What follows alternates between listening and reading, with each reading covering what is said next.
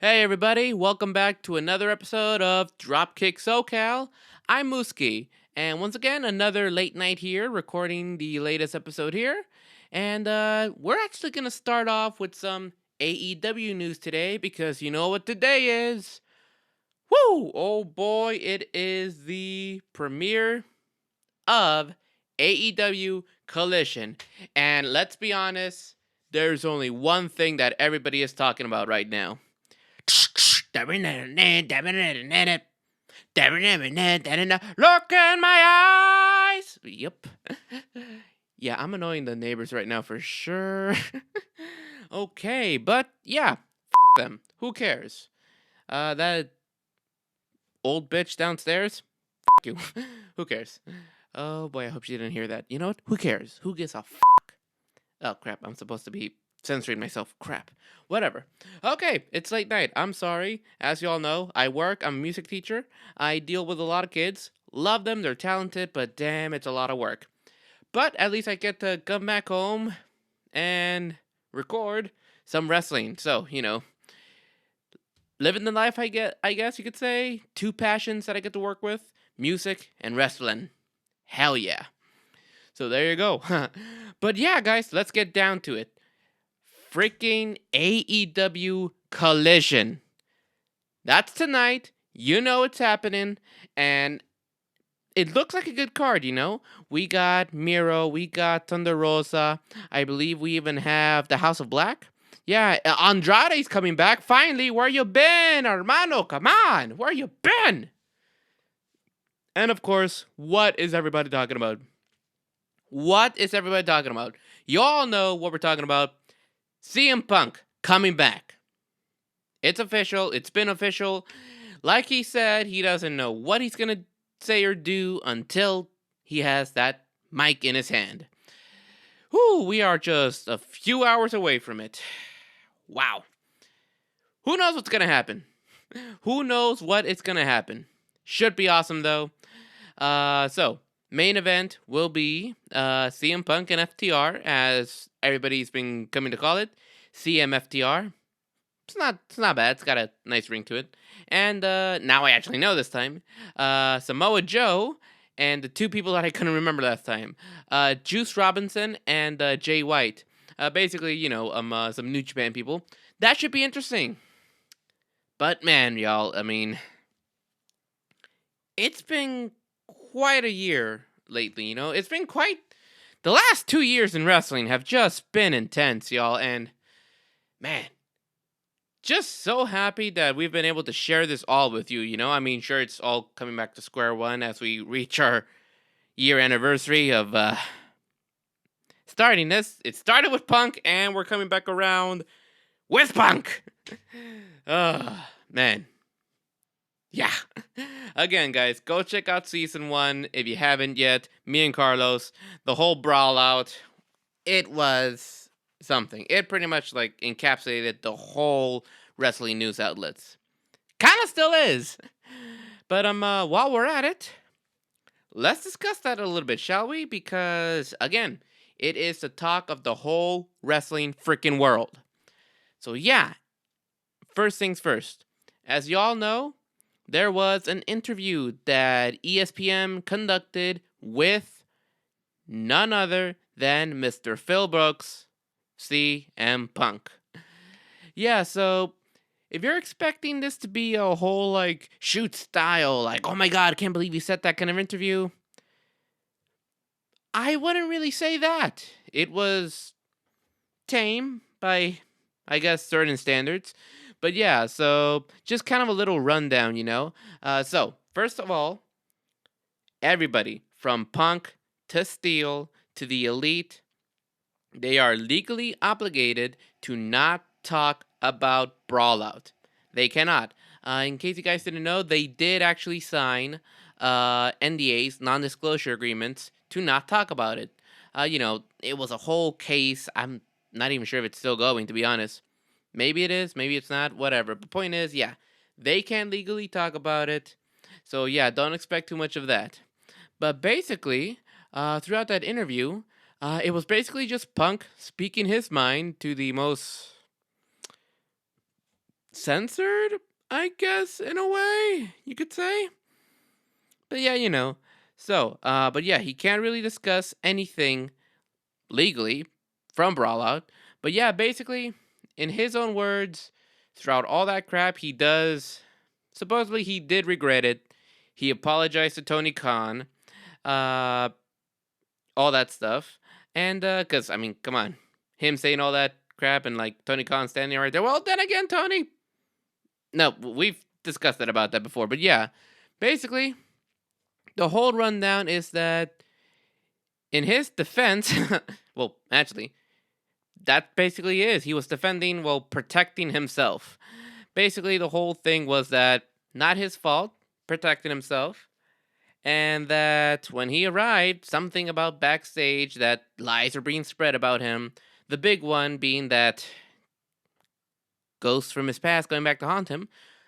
Issue with Colt Cabana that supposedly the Elite or Adam Page believed that because of him, Colt Cabana got fired. Not true. Again, I don't know. This is just kind of paraphrasing from that article, okay, people? I don't know who's right, who's wrong, who's telling the truth, who's lying. I don't know. Read it, figure it out for yourselves until we have clear-cut answers. This is all we could get for now. But yeah, that was stuff like that. And then of course that infamous promo where him and Adam Page got together before the championship match. And Adam Page going off the script where he came up with that whole like workers' rights. I'm actually here to defend AEW from you. All that stuff went off script. Didn't sit well with Punk. It made him look like it made him to look out. It made him to look out like the bad guy. When they were both supposed to be faces. And yeah, believe it or not, Punk did not take kindly to that. And then he goes even further past that and says that during that match, Page was very stiff. Page supposedly is known to be a stiff worker, but here specifically, Punk felt like it was a little bit personal because at some point he felt like, man, do I do something here? It's gonna get ugly because y'all know when crap like that gets ugly, it could get ugly. I mean, just Charlotte Flair versus who was it? What the heck was her name? Nia Jax. There you go. Y'all remember that? Yeah, crazy. But yeah, I guess they got through it. Hangman Adam Page went through it, lost to him. I still feel, and this was before all this, I still feel Page should have won that. But whatever. And yeah, just ever since all that stuff, he has had no bad blood basically with a lot of people backstage. I guess that's nothing new, but that whole crap escalated. But also saying the fact that he was injured, something about his tricep, I believe, another reason he was out. But basically, things have not been easy since he's gone to AEW. Oh, pardon me. Yeah. Yep. So again, that's quite an interesting read. It's not too long. But yeah, and basically kind of the same thing he said on that promo, I still have unfinished business, paraphrasing here. Unfinished business. Once I get there, I don't know what I'm going to say or do. So it should be something that the entire wrestling world is going to have their eyes on. It's an interesting read. Look into that yourselves, people. I'm just kind of giving like little spark notes of it here and there. But damn, everybody's got their eyes on this freaking night. Man, I mean, I would love to be able to watch it with you guys, but I'm going to be working. Yeah, woo! But whatever. I got my DVR set. I'm going to watch that and pretty much watch it afterwards. Once everything's said and done. What's it got to do? Oh, I'll be off of social media for that day. Today, technically, because no spoilers. I hate that crap. But yeah, should be interesting. Everybody's eyes are on Collision. Did I say that right? Everybody's eyes are on Collision. Yeah. Yeah. So that is going to be quite another historic viewing, people. All right. That will be intense. Maybe, maybe not. We will see. So yeah, guys, the whole message at the end of that article, shit happens, let's just keep moving on. And we will, and let's just overall just talk about what's happened lately in AEW. So, again, we gotta talk Forbidden Door, cause again, it's looking like a stellar show. So, we know for sure that we are getting Bryan Danielson versus not Kenta, Okada. There we go. Kazuchika Okada. There we go. Kazuchika or Kazuchika? I always forget. I took one Japanese class, people. Come on. I'm not that great at it, okay? Baka this. Y'all know. But yeah, that should be good. We are also, which other match was it that we were getting? I talked about last week. Oh, Osprey versus Omega, round 2. Woo! Gotta say, my 2 matches that I'm looking most forward to, y'all. Dang, that should be awesome. And speaking of Punk, again, even more interesting stuff. So, remember that whole rumored Kenta versus Punk, the battle of the GTSs that I talked about last week's episode? Oh boy. So, what do you think happened? I'll tell you what happened. It's not happening. Yeah, so that's not happening. But again, it was just rumored to have been happening, right? It was just rumored. No problem. But basically, like, the whole rundown of it and all is that they actually didn't really run it through the 2 contestants and stuff. And, well, it's Kenta and Punk. If y'all know the history behind that, y'all know they don't want to work with each other. Also, something about, well, it's always going to be about this one way or another. The cash wasn't enough, especially for Kenta or something.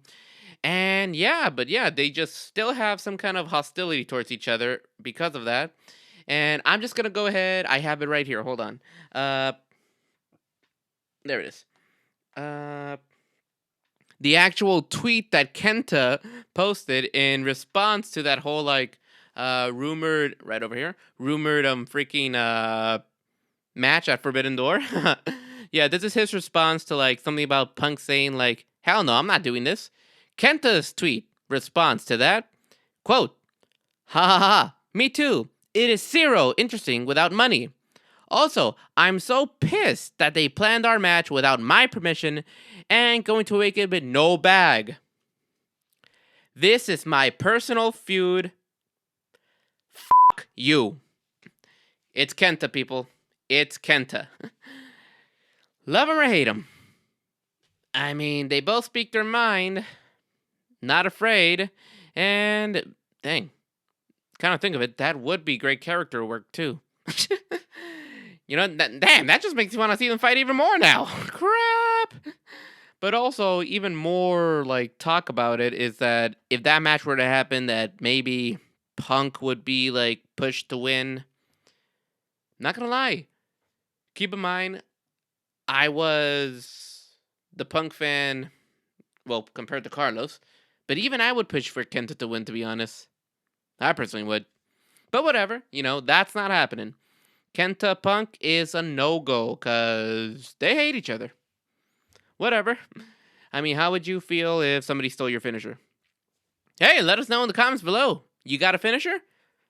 Would you hate it if people stole it? I don't know. Any actual pro wrestlers out there listening to this? Go for it. Share it. Alrighty. But yeah, as for more Forbidden Door stuff, if y'all speaking about media scrums, the one that came after what was it? What was their last? Oh, Double or Nothing. The media scrum with MJF talking about like calling what was it? Forbidden Door like over glorified or something, like Indie Fest or something, saying like, "Do I have to work it, man? F that, you know." All that crap. And what do you know? He is working it. So that was kind of funny how it developed there on AEW. We'll get to that in a bit. But plain and simple, people, we are getting MJF versus Tanahashi, the man with the greatest hair in all of NJPW. You know it's true. You seen those locks? Damn, man. Excellent. But yeah, that should be an interesting match. And what else are we going to get? Interestingly enough, I didn't notice. I didn't know this. We have a new IWGP champion, Sonata. I hope I'm pronouncing it right. Sonata. Yeah, yeah. He beat Okada. I didn't even know that. But yeah, from what I hear, it was quite a rising star. He's quite a rising star. This is really elevating him. Doing good so far. And Jack Perry, Jungle Boy, has answered his open challenge, I guess. So yeah, Jungle Boy is challenging for the IWGP World Heavyweight Championship. Not gonna lie, that's gonna be pretty damn cool. All right, so again, guys, with that whole like Kenta Punk match not happening, whatever. Everything else looks freaking stellar. Cannot deny that. Looking forward to it. Forbidden Door should be pretty damn awesome, y'all. Pretty damn awesome. Man, okay, so what else is there? Oh, actual AEW. All right, y'all. But yeah, I'm definitely looking forward to Forbidden Door. And just a little recap now on the actual shows themselves. Again, I did not watch Rampage, y'all. I did not watch Rampage. Sorry, it looked good. I'll probably go back and watch that Takashita versus Bandito match. I didn't know that was happening. That shit looks awesome. I'm definitely gonna look it up. But like, I don't know, y'all. I gotta choose SmackDown over that, But speaking of that, yes, we will talk about SmackDown for sure. Tomorrow's episode for WWE. So keep an eye out on that. Today's AEW because today's the Collision debut. But yeah, as for what happened on AEW, it started off with a pretty long match. MJF versus Adam Cole. They kept going back and forth. And unfortunately, well, we'll get it resolved later down the line, but it ended in a time limit draw. Basically, Adam Cole was about to have the win. 1, 2, and ding ding. The bell rang at 2.5, or the bell rang and then it hit 3. So they went past the time limit of half an hour. Yeah. So obviously Cole was like, 5 more minutes. MJF just got out of there. So they're setting something else down the line. Should be interesting. And as for that, what else was there? Uh, hmm. Oh, actually, there was really only one more interesting thing. I already. Sorry, guys. I already mentioned what was going on. Whatever. But the last interesting thing I'll say: Eddie Kingston is back. This looks like it might make the whole. Oh, sorry, guys. Sorry, audio. Looks like it might make the whole feud between the Blackpool Combat Club and the who else was it? Oh, the Elite storyline a little bit more interesting. So Eddie came back. I believe he was helping out the Elite, but then when he came to face John Moxley, it's like, they had a good friendship in the past before, so now it's like, crap, where is Eddie gonna side on here, He was on, even more speculation to this, he was on Dynamite for a while, and then he went over, well, since the beginning, and then he went over to ROH, and now he's back on Dynamite, so should be interesting. Now, I say this because I'm you gotta think about it. I guess we'll end back to this, going back to freaking Collision. Eddie Kingston was one of those people who had some disputes with, CM Punk from what I remember. And yeah, again, guys, the whole thing is that those who don't want to work with Punk stay here on Dynamite. Those who are willing to work with Punk, go to Collision. Again, I personally don't think it's a good idea to just split your entire workforce like that just because some of your employees it just seems so dumb, people. Imagine that in any other workplace, You're in the office. Oh, hey, I hate Jim from finance, and he says that people in the mailroom are stupid or some crap. I don't know. Okay, so no, from now on, the mailroom people and everybody who wants to work with him, go to this part of the building, the others go to this part. It doesn't happen like that. But wrestling doesn't always make sense. Let's be honest, it doesn't. Even in real life situations, it doesn't make sense. Damn. But we love it. We just freaking love it. But at the end of the day, people, once again, a little rundown on AEW and its next pay-per-view, looking good. And as for Collision, we all know the main talking point here, CM Punk. That interview, basically, he's tried to patch things up, meet with the elite, blah, blah, blah, all that stuff. Just protecting himself, all that crap. And yeah, he's willing to move on, I guess. But like he said, like we've all been hearing, we don't know what he's going to say or do until he has that mic in his hand. Tonight. So yeah, people, it is quite another interesting year in the world of wrestling. Is it as crazy as 2022? Well, not yet, but we're halfway there. And yeah, so far, I'm enjoying it. I hope all of you are too, because, man, there are times when it just doesn't make sense, but damn, is it epic. Is it quite an amazing ride? Indeed it is. But yeah, y'all, just a quick rundown of what is coming up on AEW. So, let me know tonight. Are you guys excited for the premiere of Debut tonight? The return of CM Punk? And what crazy stuff do you think is going to happen tonight? Share down below. Let us know what you think. Are you looking forward to Forbidden Door? All of that stuff. Share down below. And, well, all eyes on Collision tonight. I'll hope to see it later tonight too, after I'm off work, and all that stuff. I'll get back to you. I'll talk to you guys once again in tomorrow's episode. All WWE, pretty much there. Oh, actually, should I save this for WWE or AEW news? I'm gonna save this for AEW news, for WWE news tomorrow, because it's kind of like an intertwining of AEW and WWE. But I'll save that for tomorrow. Again, the main course here is Collision tonight. So, people, check that out. I sure as hell will. And let me know what y'all think.